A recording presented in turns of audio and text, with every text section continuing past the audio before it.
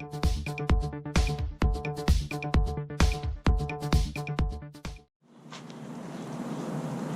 everyone, I'm Colin, and this is how to change the front shocks and struts on a 2007 Saturn Aura. This is also applicable to Pontiac G6s and Chevy Malibus from 04 to 2012. Let's get started. To do this job, you're going to need a few things. You will need 2 torque wrenches, one with a high range up to 100 foot-pounds, and one with a low range as low as 18 foot-pounds. You'll also need a breaker bar. You will need a hammer, a flat blade screwdriver, cold chisel or center punch, extension. This is probably a 6-inch extension bar. It's a 3/8 drive for standard ratchet. You need a 3/8 drive ratchet, of course. For the breaker bars and the torque wrenches, you'll need a 1/2 inch to 3/8 adapter. You will need an 18mm box wrench, an 8mm box wrench, and an 18mm crow's foot for putting the torque on those sway bars and stabilizer bars. You need an 8mm socket, 18mm socket, 7mm socket, which is probably 1/4 inch drive, so you need a 1/4 to 3/8 adapter. 10-inch socket, or sorry, 10mm socket, 13mm socket, and this should be a 18 and a 19mm deep socket. So that was a 18 in both shallow and deep there, because the sway bar, stabilizer bar is a bit difficult to get to.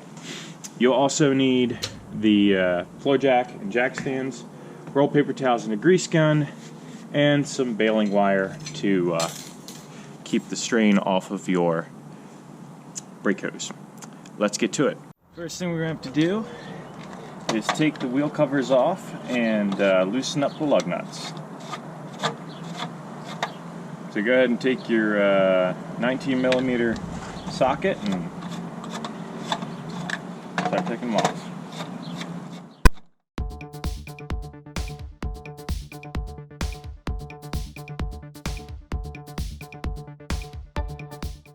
Once you've got both sides, lug nuts on both sides loosened up, go ahead and jack up the vehicle so you can get started here.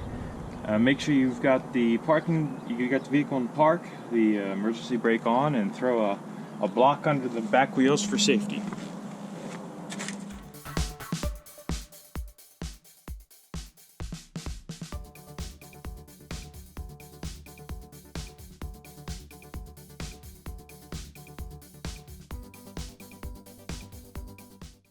Okay, now that we've got the vehicle up in the air, we can go ahead and take the wheel off.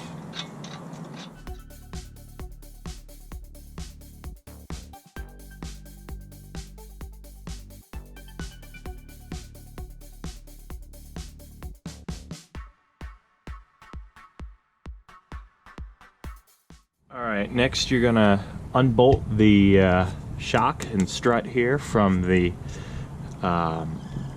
hub assembly, and that's done with an 18mm.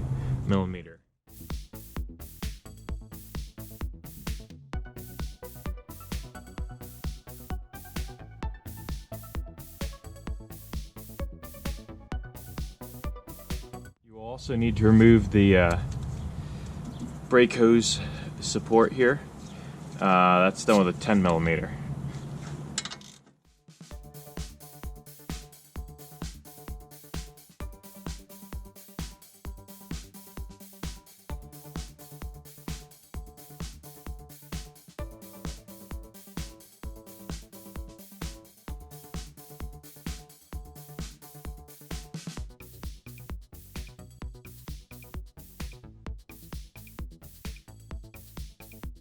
Okay, to undo the stabilizer or sway bars here, you need a 18mm box wrench and a 8mm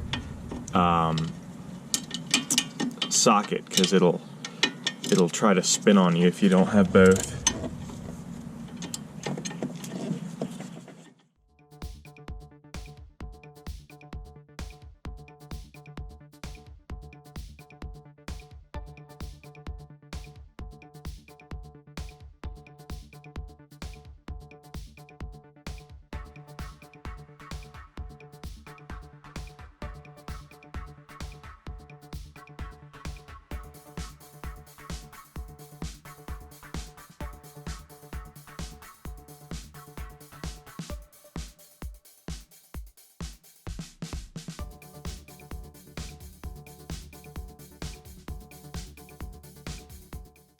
I'm gonna throw the nut in there real quick just to hold it while I undo the bottom.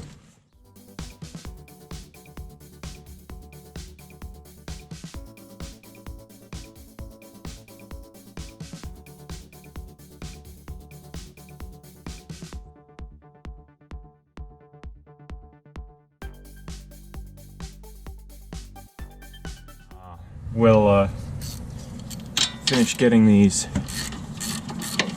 hub assembly bolts off.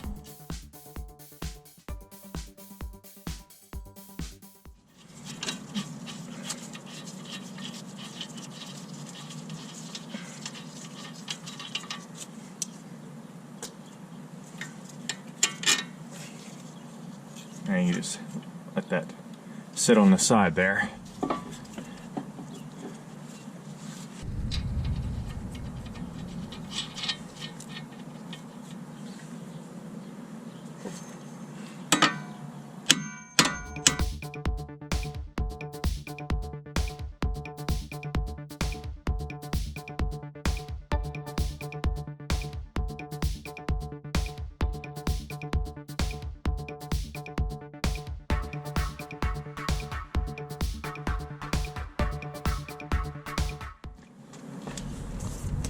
A cold chisel might be needed to get the top one off. Keep in mind, you want to support this with your knee or something, because it's going to fall right down as soon as you tap that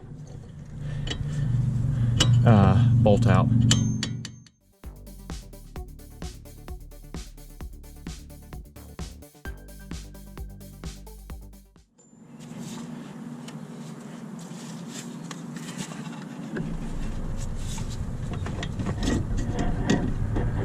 Okay.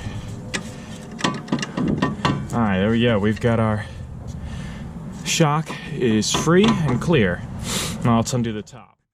Okay, now we need to undo the top 3 bolts here that hold the shock and strut assembly in. This is a 13mm nut you've got on here for all 3 of these.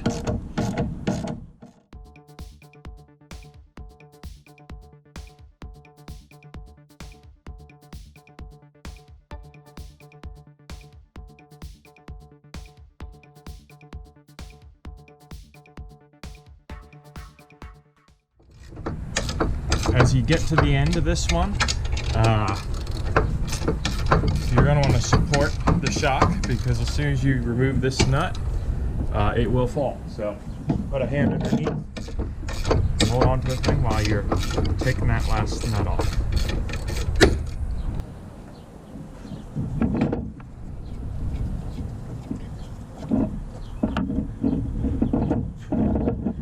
Then go ahead and lower it out of the way. Your new shock strut assembly should look identical to the old one. I've got a preloaded one here, which I prefer because it takes a lot of labor out of the job, because you're not trying to tension the spring up and figure out exactly what level it needs to be at. So it's basically done for you. Costs a little bit extra to have it preloaded, but it's well worth it in my opinion. So you gotta take those screws out and put this one up just like the old one was in. Obviously, make sure you've got the hub assembly mounting bolts in the correct position. You can technically install it this way or this way, and put the nuts in here and then get down to the bottom to hook everything up and get really frustrated because you put it in backwards. So make sure you get it pointing the right direction.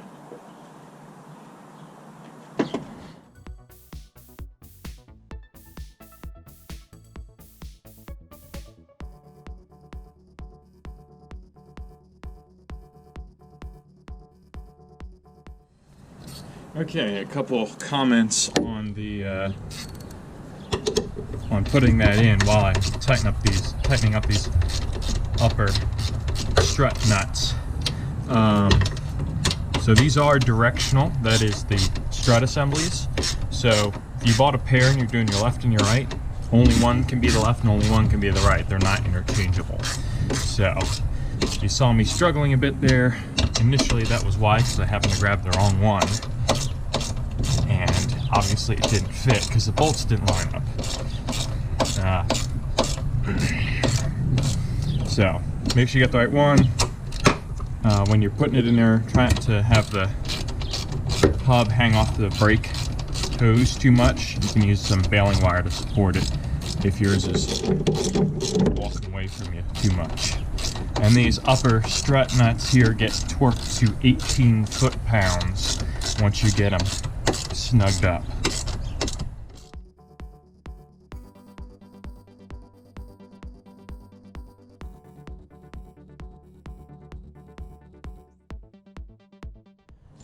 Alright, let's get the hub assembly here back onto the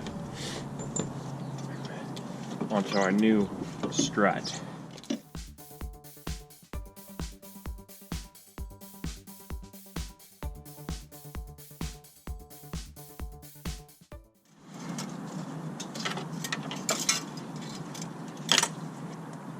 Now we'll hammer those bolts home.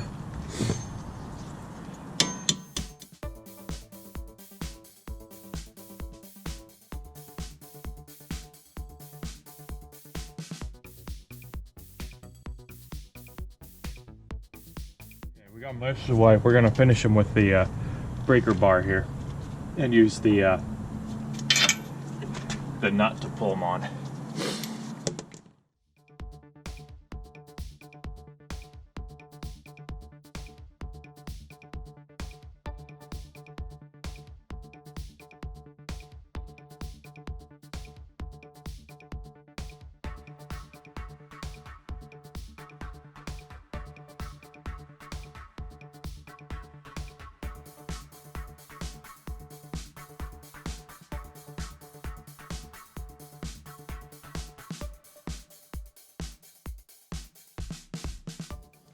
Okay, once you've got them on, you're going to torque them down to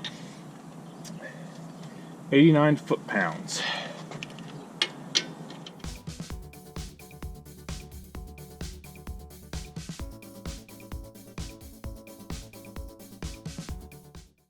Okay, well, as you can see here, the front sway bar stabilizer bar is kind of beat up, and we're not going to put that back in. So I got a new one here. Something to check, because this was the case on mine, is the Zerk fittings. This one has Zerk fittings, which is very nice. It means you can grease it rather than just let it wear out like that one. These were actually loose, and so I had to tighten them up. So go ahead and grab a 7mm here and a 3/8 to 1/4 adapter, and just make sure they're nice and snug. And then, before you go and put this on, pump some grease into it. Okay, and now we can get our sway bar stabilizer bar put in. And these new ones are a little different from the old one. I won't be able to use that 8mm socket like I did last time.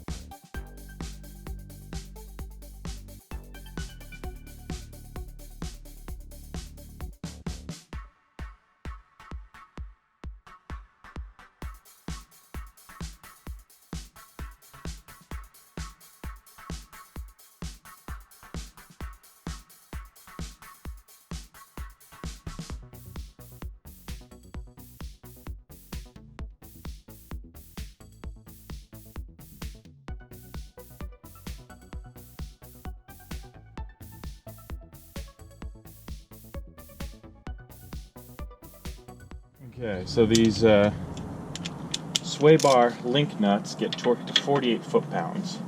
That's pretty straightforward for the top one here, but we got to get a little fancy for the bottom one.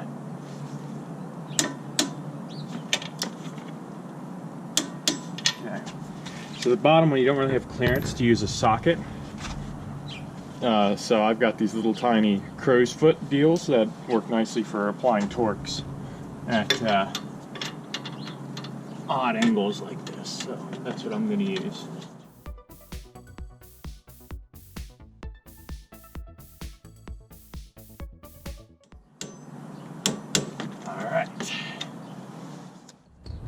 Okay, next we want to take our brake hose clip here and get it reinstalled.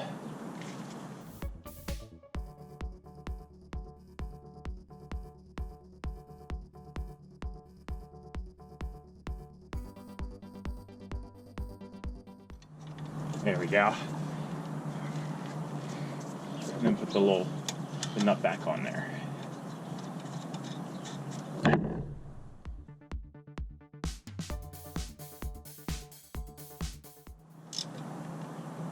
And this doesn't need a torque, you just snug it up so it's not going to go anywhere. And next, you may have noticed that my little electrical plug here came and broke while I was doing this, or maybe it was broken before, I'm not sure. So I'm going to resecure it with a zip tie here so that it does not get torn up.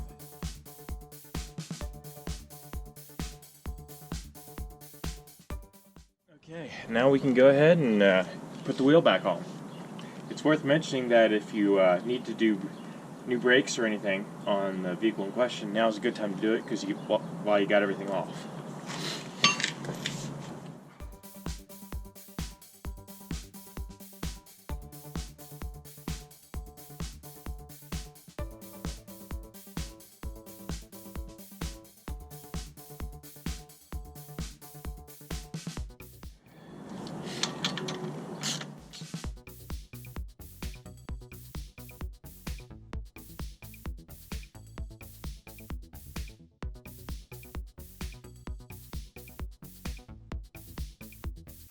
Lastly is tighten up the lug nuts to 100 foot-pounds torque.